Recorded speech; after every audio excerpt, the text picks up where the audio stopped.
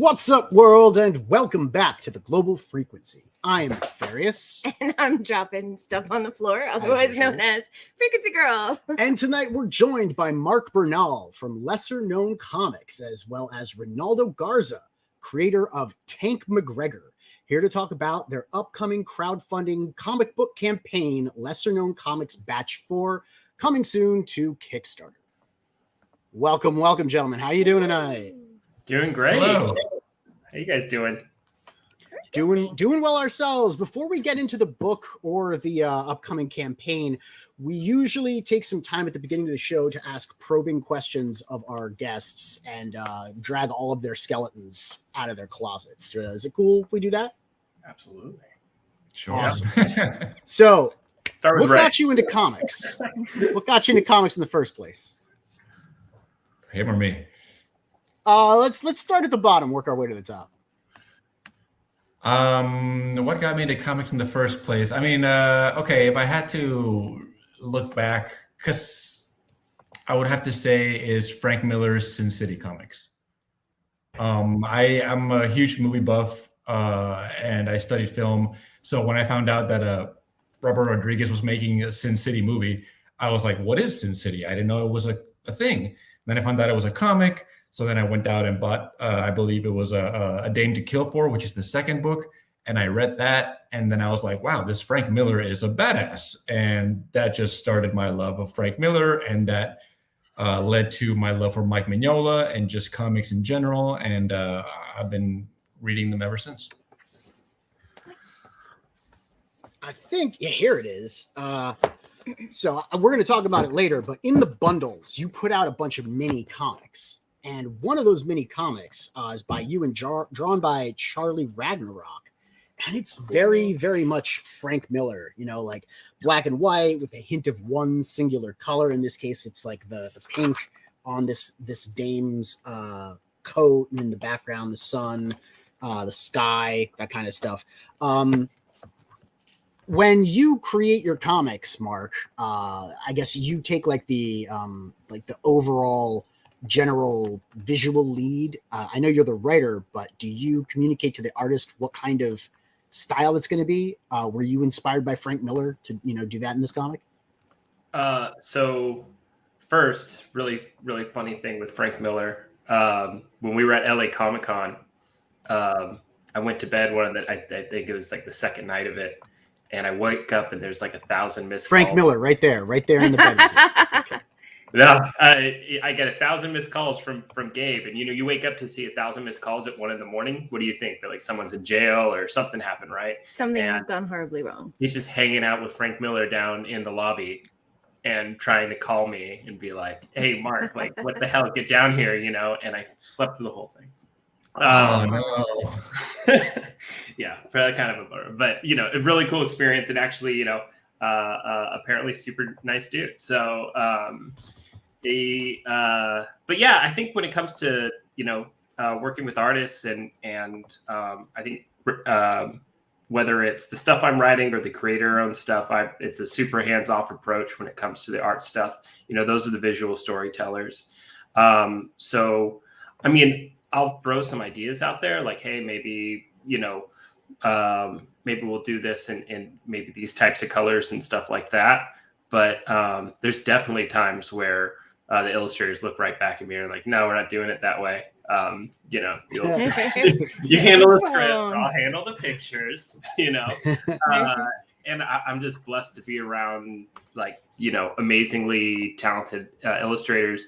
The other part too is I'll try to assign those to the people who I'll try and assign a story to the artist that I think is going to be like energized by that story. So when I talked about having black, white, hot pink, Charlie, went crazy about it. I think LKC number 7, we got a psychedelic scene. So, Andrea, that's our psychedelics dude.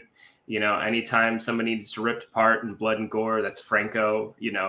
It just depends on which artist I think will be energized by the project. I'm going to interrupt To because say hi to we've the been chat. remiss. Sure. And we have to say hello to our wonderful, fantastic chat. We've got Aerith first in our comments.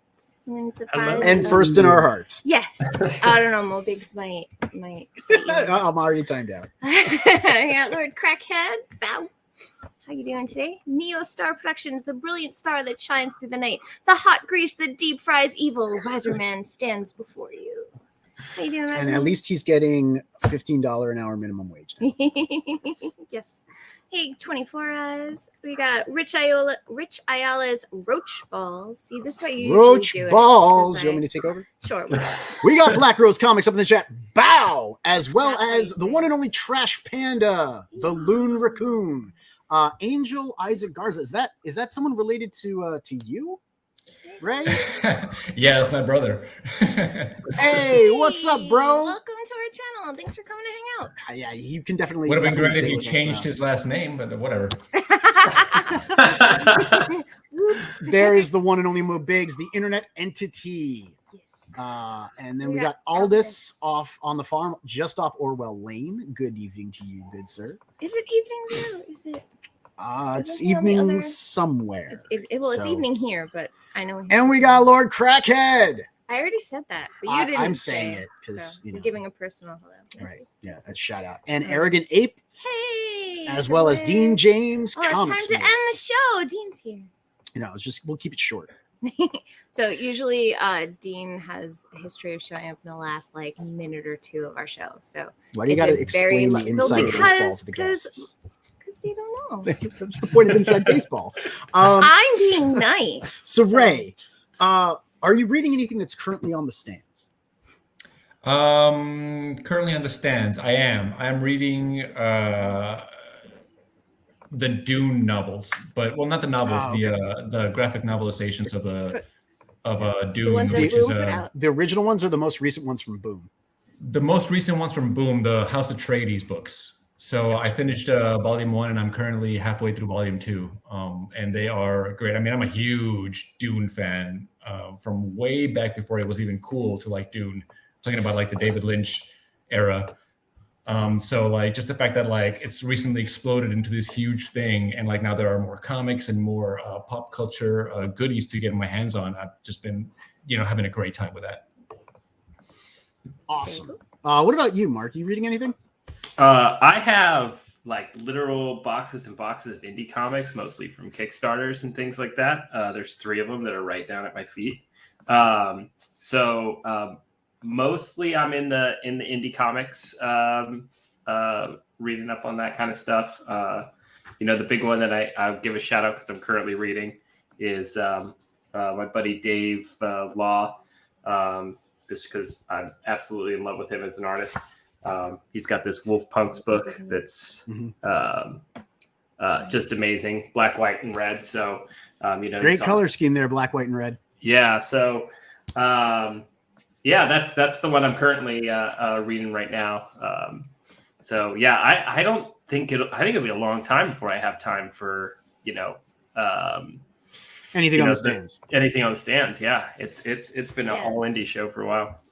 I just picked up my pull list that last week or the week before. I was way overdue. I had like a giant pile of we just opened some more boxes this morning. I don't remember exactly what came out. I know Stump was in there. We I'm still pretty have a whole Mark bunch of that Mulgrave we sent haven't over opened.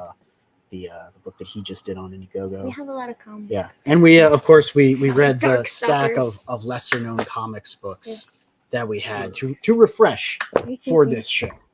So, what writers, artists inspired you to start making comics, Ray? Was it Miller? Did that get you in and inspire you, or was there someone in particular that kind of like got in your heart and said, you know what, I want to be like that?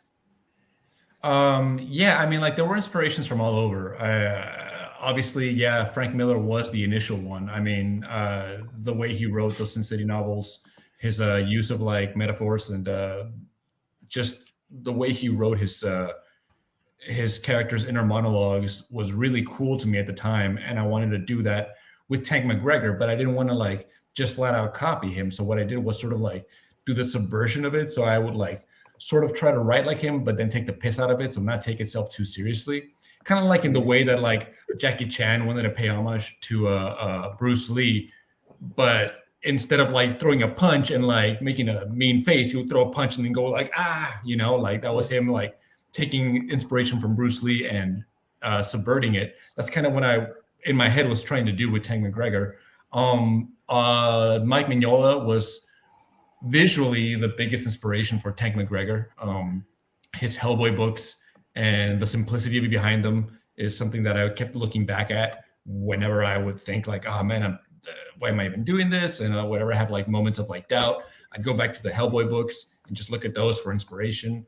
Other forms of inspiration come from like video games and movies, and like I'm a big fan of Hideo Kojima and like the Metal Gear series, so that's in there as well. Authors, Alex Garland, who wrote like 20 Days Later and a book called The Coma, The Tesseract. Most recently, he did Annihilation and Ex Machina. Yeah, I'm a big fan of his. All those guys are like all just in my head, one giant cloud of inspiration that just shoots out when I do anything creative. And Mark, what about you? What inspired you, either artists or writers, to start making comics of your own? Hello? Mark's frozen. Is Mark frozen on us? Uh-oh. You frozen with your question. He's a robot. We have outed him as a Cylon. Oh no. He's having a halting problem. He's actually just a cardboard cutout. He put it there so he could go to the bathroom. Oh, there he is. He's back, I think. It's Comcast. It's Comcast. Actually, it's the worst. We only have one service provider out here. Damn those internet monopolies. Yeah. Yeah. We also have Comcast, and we had a problem like that. I thought the Barton brothers were going to murder us. Yeah, they probably were going to murder us. I mean, have you seen Kozor? Oh. So what writers and artists have inspired you to start making comics of your own, Mark? It's funny, that as Ray was talking about is, reading the Frank Miller and kind of subverting it and stuff like that. I was always a big superhero guy. And most specifically, like X-Men is what I read the most of. And that is nothing like anything I'm writing. I don't do superhero teams. We don't do mutant powers, but there's something, I don't know, like, I think the stories where you have, Magneto, right? Who's like the most beloved, like most people like Magneto more than Charles Xavier. I know very few people who feel the opposite of that, so I've always been intrigued, like, with making, likable villains or, kind of having, just, maybe, something that'll challenge your values or challenge your, preconceptions and things like that. We have a question from the chat. Favorite writer other than Claremont on X-Men? All right, Aldous, good one. Oh, We're testing your nerd knowledge, man. God, that's tough. Google it. Yeah, I think it's pretty awesome. I think the tough part right now is that I've been in the like really in the X-Men number 1 through like 32 or something, and I couldn't even tell you who wrote those, right? Those original ones from like the actual Uncanny X-Men run. So I apologize for not having a better answer to that, because I think it was they were even switching up quite a bit back then. I'd have to look. So I mean, Grant Morrison wrote some X-Men, right? I don't know if I should be embarrassed. I liked Will Portasio because I'm a garbage person, but I don't know what makes me. I like Joss Whedon's run. I mean, but Beast looked so weird. I couldn't get past it. Yeah, but we're not talking about art. We're talking about I know, but you story. see, like, art can ruin story. We were just talking about this today. How I think that's when I like books with great art can get a pass if they've got subpar story or bad writing. books with perfect writing, grammar, syntax, and all of that cannot get a pass if they've got bad art. You could be just, you could have perfect script, diction, cadence, and dialogue, and nobody's going to look at it if it's got bad art, right? Yeah. I'm sorry. I do kind of agree with that. So do you guys have any formal education in storytelling through sequential art? SVA, Kubert School, background in graphic design, fine arts, anything like that? No, man, I'm from the school of just reading as much as I can and seeing everybody's different takes and sort of like not just being a passive reader, but actively like seeing what works and what doesn't work, how they did it. I know I mentioned I studied film, and that's the majority of my education when it comes to like narrative and storytelling. So I'm trying to bring that into my writing of comics. I know comics have their own particular structure. So I'm trying to meld that into the structures that I know, the 3X structure and the paradigm for storytelling in film. I'm trying to like inject that into comics so I can make it work for myself, and then hopefully bring something that is new to me that I haven't seen before in comics. That's who it was. It was Fabian Nicieza. Never mind. It wasn't Will Portasio. Sorry, he's Fabian Nicieza. Will Portasio is an artist, isn't he? I can never remember. I can't separate the two. He's bad at names. Dude, I'll forget. I don't even remember your name right now. Yeah, I mean, we've known each other 17 years. I used to call Will Portasio Will's Portico. Yeah. He does covers. Yeah, he's an artist. Fabian Nicieza is the record. Whatever. Anyway, what about you, Mark? Do you have any formal education in storytelling through sequential art? No, and I actually didn't have a whole lot, in terms of reading comics, growing up. It was one of those things, they used to have comics in the grocery store, and you could bug your mom, to get like a comic book, before checkout, and and so I had like a bunch, like handful of comics, but wasn't even a serious collector. And it wasn't until recently, that like as a grown adult during like quarantine that I was like, oh, I can kind of afford some comics. And like, I, started getting it, and that's, and so, I jumped right back into X-Men because I had, only, the limited stuff growing up. And then, I'd watched obviously like the movies and the animated series and stuff like that. But, it was like unlocking a movie's like a bajillion deleted scenes, that you didn't have access to as a kid. So I literally found the thing that said X-Men chronological order, and it had actually all the X-Men, in timeline order from, like, I can't remember who did it, but there's a mini, like, I want to say 4 or 6 story arc, like for Apocalypse, and it ran through, most of Wolverine's history and stuff like that. So, so that's why I've been spending also so much time kind of, I think I'm like right now in the 50s or 60s in that timeline. It's a great time to be alive. Yeah. So you work with a whole group of artists, wide variety of them at Lesser Known Comics. What is the thing you enjoy most about working with such a diverse cast of creators? I think we spent quite a bit of time. I think Ray, you're one of the newest to the teams. But I think it's a super supportive group, like in terms of,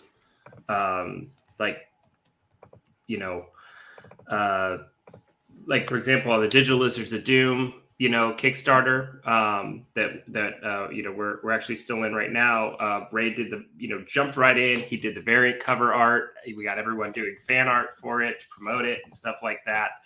And then, making comics is a hard journey. There's definitely setbacks. I think I in particular had a rough week last week. I think Ray would probably agree with that. But what's cool is, like not only, are they encouraging me, but I know that, they chat with each other and encourage each other. And that's the most rewarding part of all this. So there's a lot of inter-office gossip. Yeah, we talk about Mark all the time. What's it like? What's it like for you, Ray? I don't know what the relationship is or like the setup for you guys. I know Lesser Known Comics produces and publishes their own work, mostly from what I've seen, these mini comics, where Mark writes the majority of them.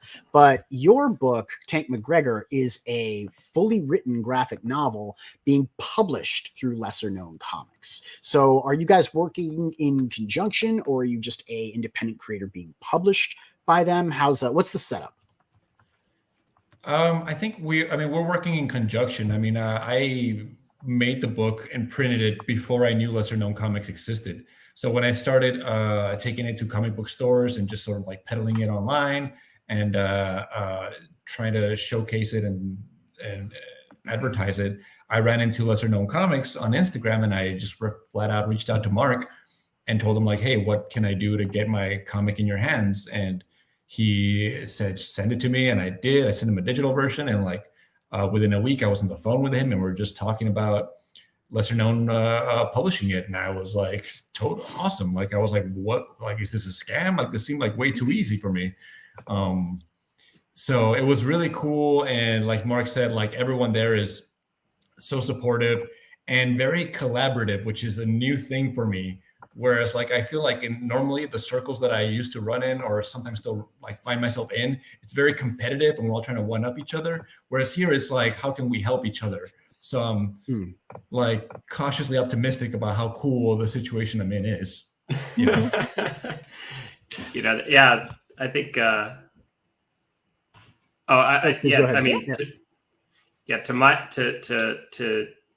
to Ray's credit, it's like as a publisher to be like, come across somebody who's like, oh, I made my book, I figured it out, I printed a bunch of them, I've been taking them to comic book stores, I built my web, like that's like a no-brainer, right? Like, because you're like, oh, I wonder if this person's committed to making comics, like, so that was a pretty easy, decision. I think in terms of showing proactivity and just jumping after it, like I think Ray is definitely a unique person to kind. So I'm glad we came into orbit. That's for sure. Yeah. Ray, how did you start creating comics? What was the first project you worked on? I mean, do you want me to do like the modern version, or should I go back to like when I was like 5 and I was drawing like Spider-Man meets the Phantom and having them match together? I want to see that. Why don't we start with either published or paid gig? I have never in my life been paid for a comic book. It's all you guys are working together now. What's going on? Actually, you know what? No, I'll take that back, because I have sold a few of Tank McGregor. So I've sold a few books on my own. Like Mark said, I'm still fairly new to Lesser Known. So like the gears have started to turn, and we're going to start selling it through Lesser Known. The way I started making comics. Mark knows. You said what? Spider-Man meets the Phantom, and then someone wrote, "Is that a Brazzer mashup?" Yeah. That's okay. It's porn. Don't Google it. Oh, that's good. Porn, baby. Yeah. Eric is trying to corrupt me. I love how Mark was a like, porn reference. Nice. So this is the first one. Tank McGregor's the first one. I have read, I think, 26 pages of the digital copy that was available as a teaser. Now, it's available on your website, right? Yes, sir. I tried to buy it earlier. I don't know what's going on with the PayPal. Maybe my PayPal's messed up, or I don't know. If I told you you're gonna like check it later, and you're gonna have like 7 charges. copies. It's possible. Sweet. Guys, but fell into my trap. So since it's available on the website, what is Lesser Known Comics bringing to the project? It's available in paperback form and in digital, which means that you already put it together. Either you printed some and you're sending them out, or they're print on demand. What's the version put out by Lesser Known Comics going to have that makes it different from the one that's on the website? So the big thing that this is kind of a first rodeo for both me and Ray in one regard, is that we finally like working with like a professional marketing firm, and like actually trying to grow the company in like a sustainable way. So so he's actually got a whole list of things, ranging from doing things like this, from podcasts to building digital assets to actually like looking at, like, from an advertising standpoint, what's his audience look like? What kind of people want a Tank McGregor book. So that's the part, because like I said, Ray already printed a big bunch of books. Now everything after, when we get him sold out of inventory, we'll put the big ugly, so yeah, you're linking up with Mark for sales and distribution. Yeah. The physical book is going to be the same. So the book that I can get on the website is going to be the same physical book that you're going to be using on the campaign. The campaign for bundle number 4, which comes with a bunch of the mini comics. I'm sorry, I don't have I don't know how you're structuring it. I have a sign up page. That's all I'm working with. That's pretty much it. And I think once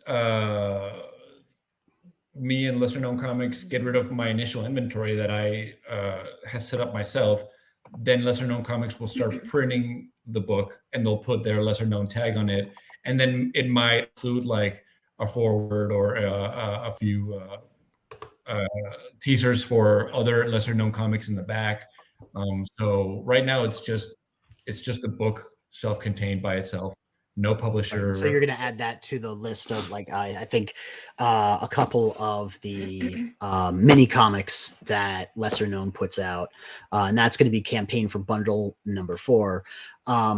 So what attracted you to Lesser Known Comics? Was it, what you heard? Was it their business model? Was it Mark's stunning and sunny disposition? All of it, but initially it was just like in my Instagram feed, there a post of theirs popped up, and their slogan was treating artists like humans since 2020, and that just got me thinking, like, oh, let's see what they're about. And I went to their website and I just saw what they were all about, and their sort of business model, and I saw the crew and everyone in it. That's when I contacted Mark, and then after talking to Mark for a while, that's really what really like got my his hooks in me, just like you said, his sunny disposition, his personality, and just how we seemed to just kind of like gel, and it wasn't like this all about like, how are we gonna like I don't know, like exploit this, or how are we gonna like, it didn't seem like he was gonna ruin Tank McGregor. It didn't seem like he had any nefarious means. He wanted to genuinely help out the book, be seen by as many people as possible, and he genuinely seemed to like the art and later the writing. So, Mark, last time you were on the show, Lesser Known Comics had 14 employees scattered across the US and in Europe, and you've since downsized and focused your attention on 7 employees, I guess, restructuring the company and like you said, putting creators and artists first. In your words, what is it that you're about? Like Ray said, what they're about. Can you like give me a press statement or a quote or something to go with what you say that, the mission of the business is? Yeah,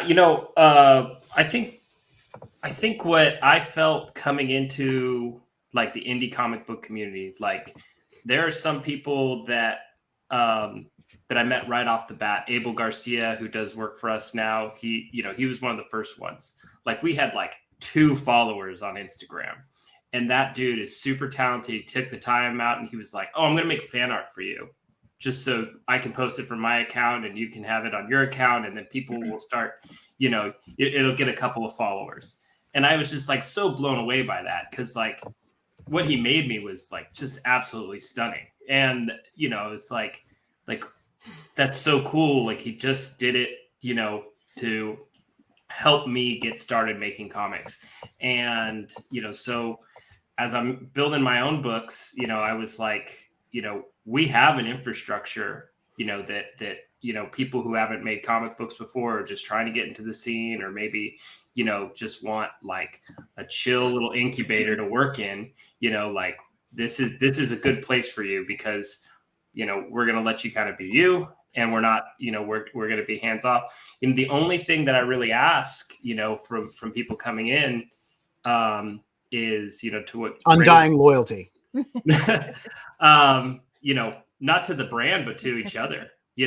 Like I say all the time in the team meetings, like I don't really care the success of the individual if you're not helping the person to the left and right of you. That's not the kind of show this is, and people really. I want to know if they're hiring. Yeah. See if they're hiring. Yeah. I have a press statement here from you. Lesser Known Comics was started in 2020 with the goal of making dope comics and changing industry standards for how artists are treated. We create and publish our own original comics while also publishing independent creator-owned comics, which I'd assume is the relationship in this case. Lesser Known is committed to putting people before profit. Our artists have among the most favorable contracts in the industry that focus on giving them the most creative freedom, best work-life balance, and strongest collective bargaining rights. Does that mean you hire unionized workers? So what that really is so last week was a rough week for me in the fact that there was a big pause for us in production because I didn't feel like I was doing some of those things very well. So, that wasn't like a thing that I made a decision in myself. I was like, I reach out to everybody, like on a regular basis and, say, hey, this is what's going on and how can we fix this together and how do we do that? So it's never, when we come up with a problem or a setback or we come up with an opportunity, we don't ever settle that like by Mark saying like, this is how it's going to be. The team, does that, even to the point where, and me and Ray actually haven't talked about this, but like, I know Ray and, Jackie talk, and like it's a really cool setting in the fact that the other artists advocate for each other, it's funny. Like what does that mean? Advocate for each other. They look out for each other. Two things that always crack me up is that they always compliment each other in private, which, they'll say like, oh my God, like such and such person, their new stuff is so good. I'm like, go tell it to them. We only talk shit about each other. This sounds refreshing. And then, the other thing too is, like everything from like, one of our persons is sick the other week and like we sent them pasta, or no, it was Thai food, like they were feeling under the weather. Right. Or they, care about the fact that, if somebody's like, going through a bad breakup or something like that, we talk about our feelings a lot at Lesser Known. And I can imagine according to like the workers' statement, you never encourage team members to sacrifice quality time and family or quality time with family and friends to achieve success at work. You encourage them to take time for self-care and to recharge by going surfing, gaming, meditating, even on company time. So if I'm like, oh man, this scene has been driving me nuts, I'm just going to go surf for the rest of the day. Would that be like totally all right with you as, I guess, the guy running the show? Or is it more of like a loose and open business structure where no one's really like clocking in or out? It's not a bullpen. There are some things that, have to get done and whatnot. But at the same time that if someone's got a sick kid, then the deadline's got to move, there's the right. No, absolutely. And if, and then I do like when people assert themselves for what they need. Like Katie told me once that she was like, I can't make the team meeting today because it's the only sunny day I've seen in Wisconsin in months. I'm going outside, like, it's like, good, just like go outside, so you're fired. And that it was actually her that kind of helped push me to kind of look at industry standards and what we can do like as a company. Cause she's a big video gamer and she was like, what am I going to bust my ass my whole life? And then I'm going to end up working for Blizzard, and like that's success, quote unquote. And then like, they treat me like garbage, so those are the things, me and her discussed, she was I think the second artist, I was working with, and she was like, don't breathe down artists' neck, don't tell them, don't give them vague directions and then tell them, to change it after they've done it. Like, if you have specific, and, those are little things that actually don't cost any money that you can do to just make it less shitty for artists on a day-to-day basis. Yeah.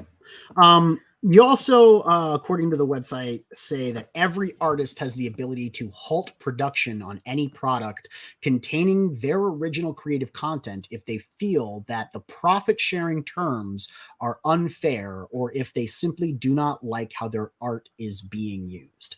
So essentially, they get to renegotiate their contract on the fly if they're not satisfied with the way that they're being compensated for the art, or if they're like, hey, I don't like that you're publishing my art this way. I don't want you to be able to use it. They can, I guess, halt production at the company. Yeah. And that's been really weird as we kind of, quote unquote, professionalize the company, because I had a call with a lawyer today. So one, we have a lawyer record now, which we never, I was learning these kind of things. And, that's a difficult thing to tell him, and be like, okay. And he's like, that exposes. Did he ask you when you created your operating a little bit of risk? How in your operating agreement am I phrasing this so that when people come to the company, this is something that I can enforce contractually? I mean, are they working for you as an independent contractor on a 1099? Do you have a employee enrollment W-2? Is it just kind of open? How's it work? It's 1099 for most of the folks that are doing illustration for the stuff that I'm writing, and then on the creator-owned stuff, that's I guess it would be I gotta ask the CPA how that works, because the creator-owned stuff's relatively new. That's exactly what it is, though, Brian. It is a tech startup company for comic book creators. Like you said earlier, it's an incubator. The initial incarnation of Global Frequency followed a very similar method, but we're not doing this anymore. I mean, we're doing something else because it's hard Still to comics, just maintain that standard of, I guess, employee forward attitude, but also maintain a productivity schedule. So one of the things, in here is that you give your employees essentially a living wage, regardless of whether or not they're producing. You pay for professional development in that. Is that still part of the company model? Yeah. So that depends on, so when somebody like Ray comes in with the creator-owned stuff, right? So we're he fully owns that book, so with regard to that, his is a royalty-based agreement and stuff like that. So his is also a little different, because obviously I'm not going to get a royalty off of the books that he paid to print. So his is a special circumstance in that. Right. Well, you're marketing so that you guys are going to arrange some sort of licensing contract so that you're licensing it's essentially a book once you're done. And then currently you're going to be bundling his into Lesser Known Comics' bundle. You're going to average the appropriate cost of what the tiers are going to be through crowdfunding, and you're going to deduct $14.95 or whatever it is commercially you're selling the book for. I mean, that I get that arrangement. That makes sense. Yeah. It's the people that work for you, like the artists that are doing these books that work for you directly on 1099. You're giving them a living wage, whether or not they turn in pages. According to it's a portion of their freelance stuff. So most of them are doing freelance or have another job or whatever. But what the big difference is in the case of we had a artist that was not able to work because there was some health issues. So. I don't think it's right for a company to say, "Oh, good, I get to save money this week because you're struggling." That's just not a way to be a human, I guess. In my opinion. No, you're absolutely right. I've never seen I guess I'm naive, but I've never seen a company say, "Oh, you can't work this week because you're taking care of your sick kid." Well, you don't get any time off and we're not going to pay you. If it's a 1099 and it's work for hire, they get paid when they turn in the work. They can take as long as they want to do that work. They get paid when they turn it in. That's kind of, if you have a release schedule, you hold them to the release schedule. If they have to take time to help their kid, you don't cancel their contract, skip their work, and hire somebody else. That would be the dick move. But it's going to be very difficult to say, okay, you get $900 a month, regardless of whether or not you turn in pages. That's going to be draining on you financially. It's going to be very difficult to do that. You give an advance. That's another thing that you could do. You could say like, you need this week's pay, next week's payment early. I mean, that's something you could do on a case by case basis. Advertising to the world that you're offering a living wage through your comic book company to work for hire artists. I mean, that's like, where do I sign up? So the what I've found in terms of like the flat rate and stuff like that, and once again, we're paying for a portion of what's typically their freelance, one of the things, like I'll use Charlie for example.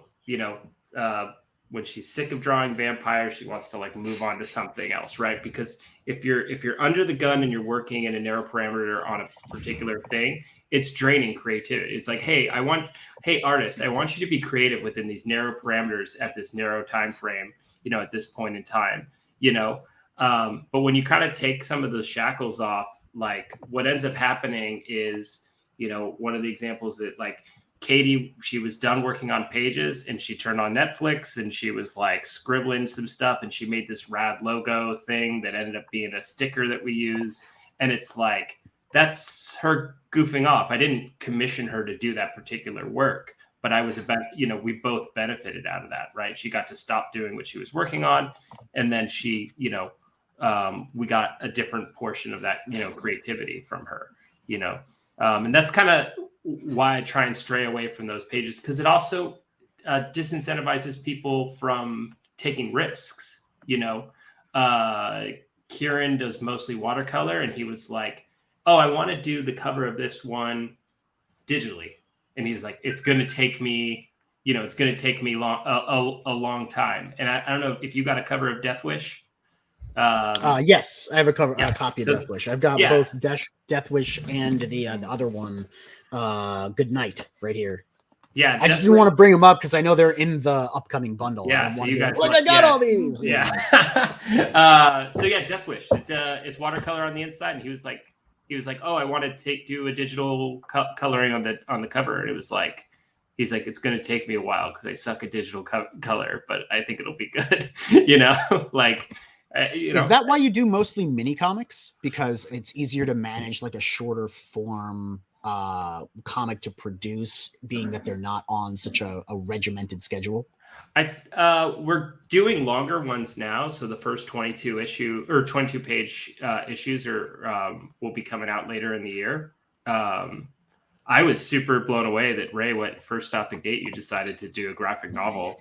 Like, I mean, he did his own thing. He wasn't working for Lesser Known. No, but his own. But the advice I got was to start with a small comic, because we did a 104-page graphic novel too. Yeah. Ray, I'll pivot over to you real quick, Ray. Why did you do a long form 120-page graphic novel as your first endeavor? That does seem a little bit ambitious, right? And especially since you didn't have a pre-established audience. Why did you make Tank McGregor that way? For myself, honestly. I mean, I honestly wasn't thinking about the length. I was thinking about like the story, and I wasn't going to finish the story until it was a complete story. I mean, the initial script was 15 pages, and that equated to about, say, like 50 once I started drawing it.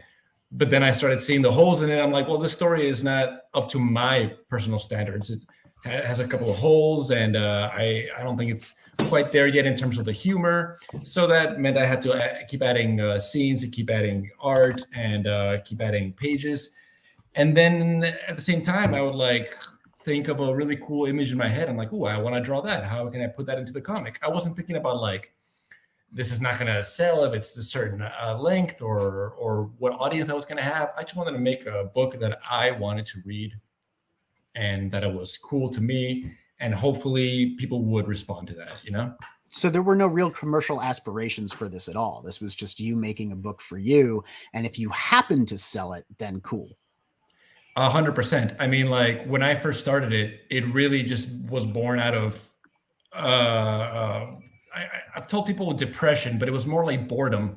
I've always drawn. I've been drawing my whole life and doodling here and there. And that was just a way to start channeling my free time into a sort of sequential art. And I did the whole, like I said, I just wrote 15 pages. I'm like, okay, this is cool. And then I just left it alone for, say, a year. And then I rediscovered it and I'm like, I'm going to start drawing it. Then I did all the pencils, all the sketches, all the thumbnails. And that was all like 100 whatever pages. And I'm like, all right, cool. That was an interesting project. Might as well ink it now. And then I just inked it. And that was, again, a whole other like year of inking it. And I wasn't like working on it on a daily basis because again, like I didn't think I was ever going to finish or sell it, you know? So I was just show us some of the art. Oh, I can't zoom in. Yeah. So I was trying to get a better look. I was trying to get a better look at them for you. Yeah. Like I said, like I was never with any intention of selling it. I was just doing it for myself and drawing it whenever I had the time and whenever I felt like drawing. And at one point, suddenly it was just done and I might as well get it colored. And once I had it colored, I'm like, well, now I have to print it. So it all the decisions came in like in stages. I never dreamed I was going to print this when I was coloring it. And I never thought I was going to coloring it when I was penciling it, you know, like all of a sudden it got away from me and suddenly I have this book and I'm like, hey, this is not bad. Like did you company plan to got do away from me? Did you plan to do 100? Did you plan to do 120 pages up front, or was it just I plan to tell a story and it just continued to grow and grow and grow?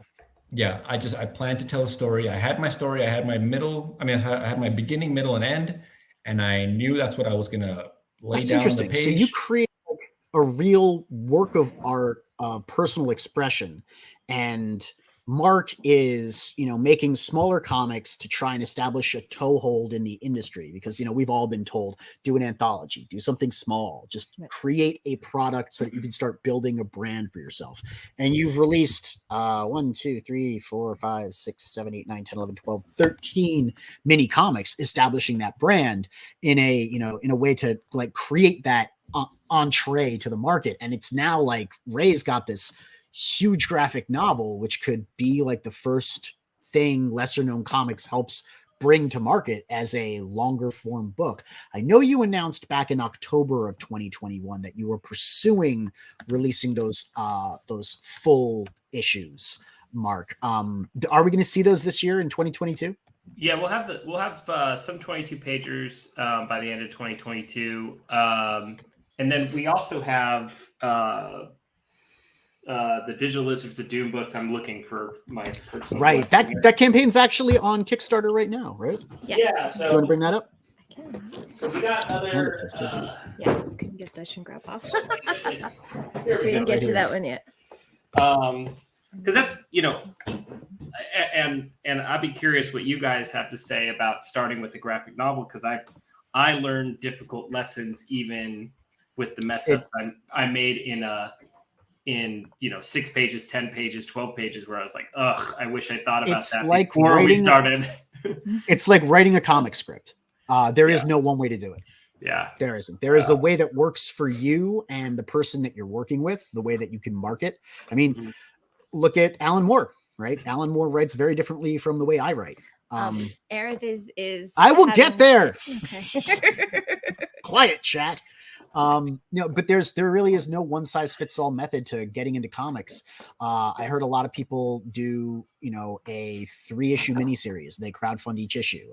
I've heard a bunch of other people do all 3 issues together or publish it as a trade or, do a graphic novel. Some people just to get established, try to do work in an anthology or publish their own. Go and get a bunch of your friends to put out a big ass 200-page anthology book where you're all published. And then suddenly it's a graphic novel, but you all started small. That's another way of doing it. There's so many ways of trying to get into comics. I think my favorite one was when Jib Zub told me, oh, you want to get into comics? Get a table at a Comic-Con. Congratulations. You're in comics. Yeah. I remember changing my it's Potato Davis. changing my signature line to just say writer, and I was like, there I am, a writer. But yeah, we have World Eater. I think that was one of our like full issues, so it's like 32 pages. There's So I Worked at the Mall, the little mini guy. This guy is 60 pages, and then the Digital Lizards of Doom books, they're a beast. They're like 130 pages and 160 pages. I'm gotta remember what the check is for book 3. It's lengthy. So all right, Aerith is really going crazy. We want to ask you if 50 diesel powered dwarves fought a giant cyborg lion, who do you think would win? Is the lion being controlled by anyone, or has he got a will of his own? He's got a will of his own. He's got a giant slicing razor tail, talons, all sorts of little cyborg tricks. He's got a sonic coom roar, a bunch of stuff. It's an interesting one. I think if the dwarves are smart about their location where they choose to fight, they could give him a run for his money. But if it's open field, I think the lion wins. But if the dwarves do like a 300 situation where they like channel him into like a gorge or something, funnel him into like the Battle of Thermopylae. Yeah, I get that. Yeah. Unfortunately, it's the middle of a giant arena, like a gladiatorial coliseum. So, Mark, what do you think? 50 dwarves or one giant cyborg lion? I just want to root for the lion. I don't know if I'm like cognitively biased towards that. Yeah. That's fair. I mean, like it's understandable that people would estimate size over prowess, and are we gonna reveal? Yeah, we're gonna reveal. We're going to reveal it right now. Well, I thought you were going to tell them what team.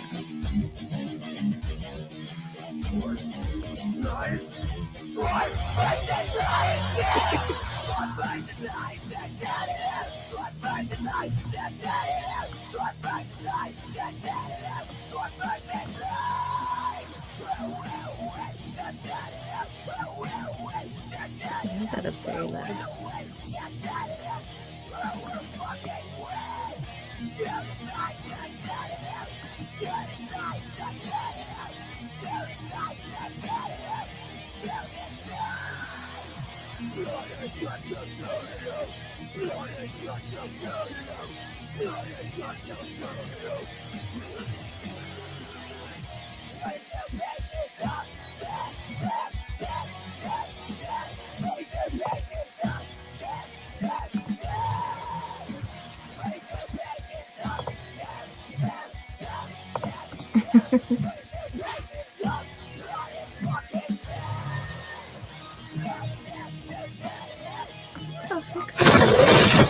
Damn, that's loud. I told you had it up loud.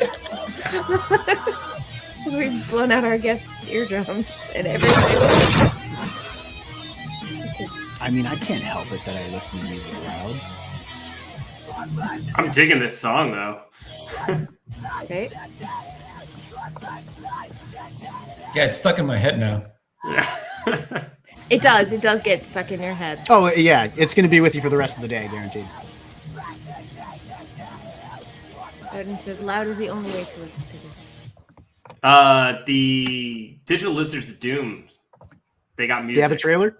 No, they got music. Cool. Oh yeah. Yes. They are a multimedia experience, according to the Kickstarter page. I'm very stoked about Digital Lizards. It looked very cool. It's right here. We didn't get to open that one yet because we just got your package last week. It's been a busy week. Yeah, there's even puppets at a certain point when we were everything's better with puppets. It's true. Yeah, it's true. We've got Raging Rainbow with us. I was say we had a few more people come in. We have Raging Rainbow in the chat. Also Ollie. Hey Ollie, do. Yeah. Bye Aldous. And we got also you skipped an Odin. Yeah, you skipped an Odin. And I know I keep right clicking instead of like. And we have a Hex, right? I was gonna say we have Hex Allen. Hey Hex. And there is Nine Realms Publishing. There he is. Ha, ha, ha. This Hang is on, like was the that- biggest. was Was that video supposed to answer the question? I don't feel like we had an answer after that video. No, I was just giving you context as to like the nature. Oh, okay. Yeah, we're not going to find out until the comic book ships. Yeah. So that was the thing. There was Gotcha. a crowdfunding campaign for Dwarves versus Lions. It was a lot of fun. We are And Team Dwarf. well, I'm Team Dwarf. I don't know what you are. I am also Team Dwarf, like and- you would doubt me. Team Mo. And everyone who Team Mo. Thank you. whatever teams Mo's on. And everybody who backed could back either Dwarf or Lion.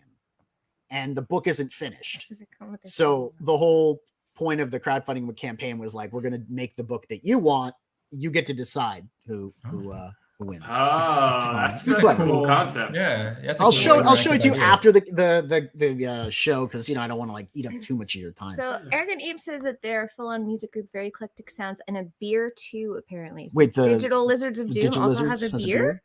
Are they like a Yeah, micro beer? well, they had it was a limited run. It was something Belgian of Doom. Nice. But that was a local brewery in San Diego.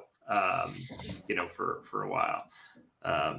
But yeah, I think you pulled it up on the Kickstarter page, but that was Ray's variant cover that he did for that Yes. one. Right, we did see that. So why I don't you bring accidentally it up, closed it, 'cause so you I'm can- reopening it. And I then shared the dwarves. So and you just did a taco truck fan art, right? I did. I have no Yeah. easy way to pull that up. It's on my Instagram. everyone loves tacos. You can You can go to. just share You know your what? We screen. could just share his Oh, Instagram. yeah, I can also. Why don't you do that? do that. So Oh, why boy. crowdfunding? At the same time. If you guys have a website, I know Ray's got a website offering the PDF, and Lesser Known Comics has a website where you could order or where you can offer the individual mini issues or even the batches. Why take it to crowdfunding? I think there's something So the unique magic word. about tacos. Tacos. I think there's Mofongo. some. Let's do the taco truck. We're as It's a the new cover. company. I think crowdfunding's like pretty easy in terms of doing that batch. That big like shipping all in one thing. I think also Kickstarter's a community in of its own. That's one of the big things that we came to learn, especially when we're talking to marketing folks. Is like, if you don't treat it like its own social network, it won't really operate the way it's supposed to. I assume Indiegogo's the same way. I had no idea whether we picked Indiegogo or Kickstarter. I think There's no reason to not do both. Yeah, There's really no reason to not do both. yeah. I do like the platform, and I do like the fact that also like my mom can come in and like kick in a few bucks if she wants. That's She's true. very I do like excited that. about Yeah, it. You can't find the taco truck? Well, maybe Ray, if you bring it up, we can walk you through the steps Yeah, of you can sharing your share your screen. screen. So okay, that's Me why too, Megan. crowdfunding. What's the best part of making comics, Ray?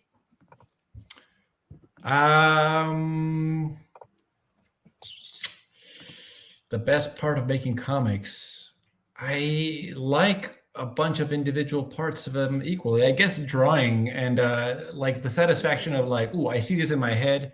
I'm going to see if I can put it on paper and have it come out the way I imagined it, or close enough to what I imagined it, or sometimes not at all like what I imagined, but something different and something cooler. I like that satisfaction. And then I really just kind of love having a finished thing and showing it to people, and then like awkwardly standing next to them as they read it to see when they laugh or how they react, which I'm sure they hate. But that's what it is, showing it to people. I like getting it out there and getting people's reactions and just really hearing about it, whether it's a negative critique or a positive critique, or telling me like, oh, I found this part funny, or I found this art cool. I just love hearing about everything. Awesome. What about you? What do you think, Mark? What's the best part of writing comics? I will write something and I'll think to myself, I think Charlie's going to like this, or I think Franco's going to like this, or I think, Ray will find this funny.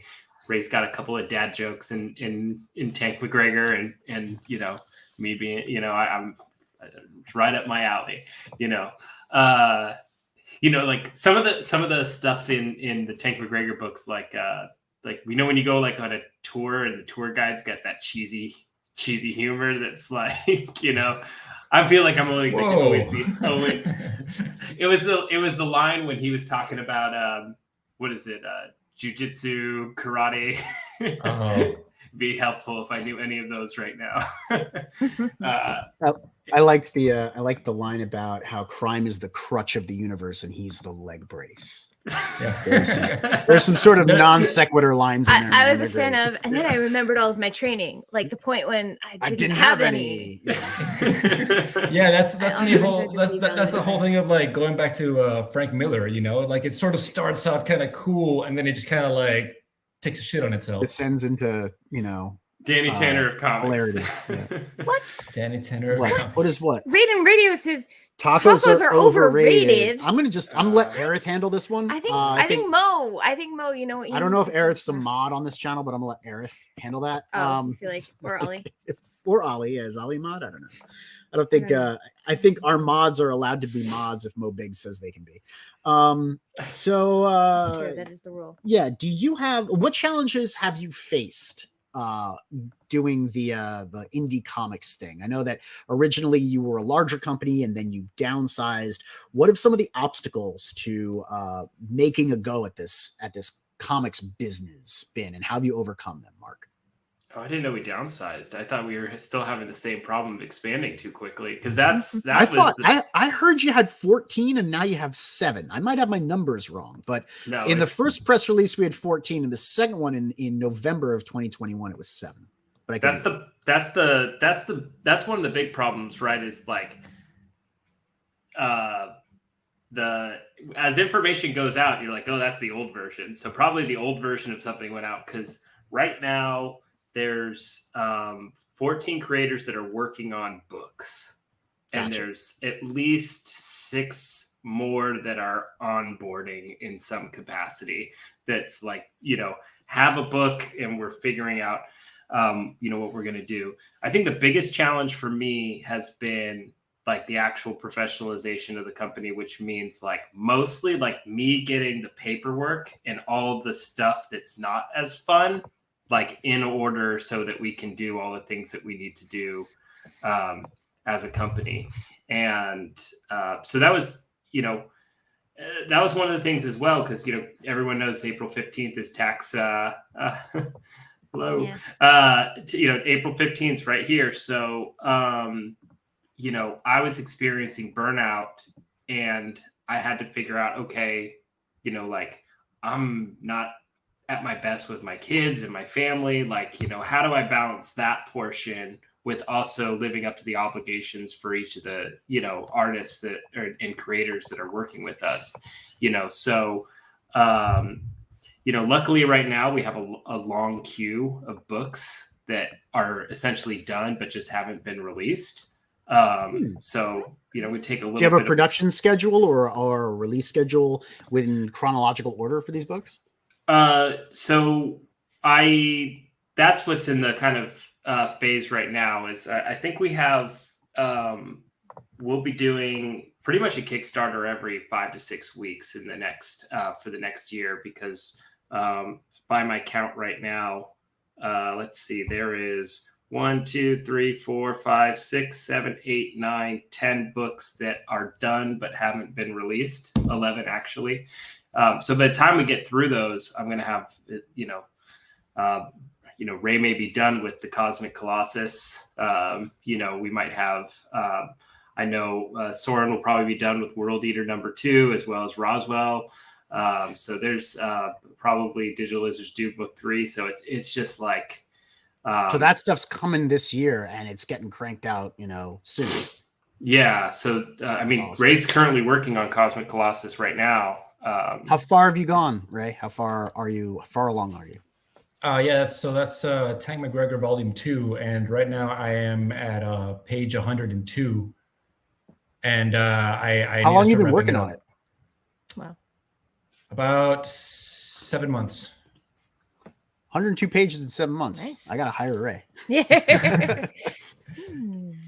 I mean, that's quite a bit. most people I know could probably put out 70. Yeah. Well, when I finished volume 1, I had said to myself, all right, that was it. I'm never going to do this again. And then like a week later, I was like, oh man, like I really like I need to keep going. And I just started again, you know. But now with a little more intention of like, all right, now I know that I can like print these and make actual books. So now it was more of a, instead of figuring it out as I went along and doing it in stages, I decided to do with a more firm plan, a book 2, you know. So I forgot to ask this earlier. I really wanted to, though. Lesser Known Comics is committed to preserving local comic shops and has taken a no Amazon pledge. You say you would rather give away a book at a comic shop for free than sell it through Amazon. And that comic shops are the lifeblood of the indie comic book community, and that you strive to do everything you can to support indie comic shops or comic shops in general. Do you have a distribution model for your books? Right now, we know it's crowdfunding and it's easy to get that out in bulk, but are you going to stores? You know, not a great one. So I've visited probably 30, 40 stores in the last year. So one thing that we've done for like local comic shops, like for Free Comic Book Day, I think at like 10, 12, maybe like 14 locations, we did local artists. They did a variant cover type thing for us, and we got them like, 50 copies or whatever. I know typically, it's a little difficult for them to get like a specific variant that would only be for their shop, so that's one thing that we do for them. And we've had some order, but like the distribution, like, what do you deal with Diamond? You're going to deal with whoever, right? So we know that it's difficult for comic shops to necessarily order like retail through like our website. Not that that process is hard. That's very easy. They just go to our shop, they order it, and then they put in a retailer code and they get the wholesale prices. So it's actually a really straightforward process. But depending on the shop, it's either like one person or two people that are running it right on a bare bones staff. One of the interesting things, though, I found in Pennsylvania, Ohio, Michigan is like a lot of younger stores and a lot of stores that are doing like really cool things. Like the amount of stores, it was surprising to me that I ran into that said, oh, not only are we doing great, but we're buying we're getting the space next to us. We're expanding into the next store. In Reno, like one that has like awesome like craft beers and comics, like, and I was just like, oh, this is, just kind of breaking out of that traditional doing fusion businesses. Yeah. Yeah. But yeah, I think I'm looking now thinking like, okay, gosh, Free Comic Book Day is coming up and we haven't prepped as much as we should. That's now I'm worried. How much do you usually send out during Free Comic Book Day, and how much has that brought in returns? I think it's only in scale of hundreds, not thousands of books. So if I would make the guess, probably like 500 or 600 books or something like that went out.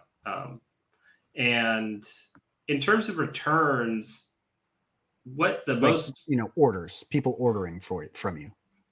I mean, yeah, definitely people have come in and ordered stuff for us. I don't know, we kind of taking a look at, right, like new business, 3 to 5 years.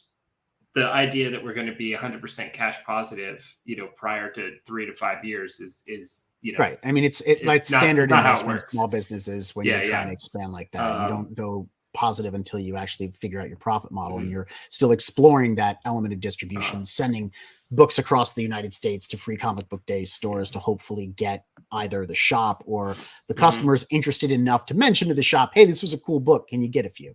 Yeah. And one of the other things that we get out of it that I wasn't anticipating is that there's a lot of shop owners that like let us pick their brains about like, how do we make a retail model or a wholesale model for you that makes it like that you actually want to do business with us, we've, a shout out to Don from the Comic Signal in Michigan, right? And one of the people I always talk to and is like, hey, Don, is this a stupid idea as a retailer? Are you going to be like, this is dumb and I hate it and I don't want to do business with you? So yeah, there's that's a huge benefit, but I think we also have a long way to go in structuring like how we're going to do, retail sales. The truth is also as well is that you have to do a big number of sales through retailers in order for that, those fractions of a dollar to add up. But it's, obviously like, that's important because that's where you're going to do your book signings. You're going to, meet those hardcore fans that have pull lists and everything like that and stuff like that. So, it's worth it in the long term, but, it certainly takes a big investment, both time and money. It definitely does.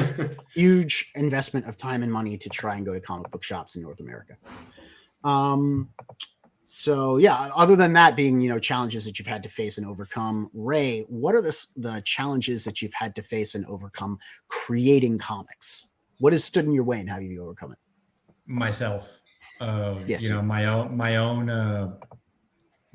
doubt and my own, I guess my own fears and insecurities that sometimes rise up and you're like, why am I doing this? This is not good enough. And I put it away for about a week or sometimes a month. And I look back at it. I'm like, actually, no, I was maybe onto something. Like it's got some flaws, but if I could just fix this here and fix that there. And then I get back on track, So like, I'm the person that puts a roadblock in my own way. And I got to also luckily my wife like kicks me out of it. And now like the support of like lesser known, sometimes other artists will like look at my stuff and be like, hey, this is awesome. And I'm like, all right, cool. Yeah. And it kind of like keeps me flowing in that positive mindset. But really challenges aside from that, making sure it gets seen by more people. I have a very little megaphone. Yeah, exactly. I have a very small megaphone. But little by little, I just keep pumping stuff out there. And with the help of lesser known comics, it's getting seen by people that I don't recognize anymore. Before it's like, oh, you put something out there. Okay, well, that's my cousin. That's my mom again. That's my brother. And like now it's like people that I don't recognize. I'm like, oh, who are these people? And other artists. And it's just been hard to get it out there. But it's an ongoing process. Odin says, we are our own greatest obstacles. What is this we? Odin? Do you have a mouse in your pocket? It's the royal we. I'll be part of I'll be part of that. Nothing royal about Odin. Yeah. I so agree. Mark, do you have any advice for young creators looking to get into creating comic books other than come work for lesser known comics?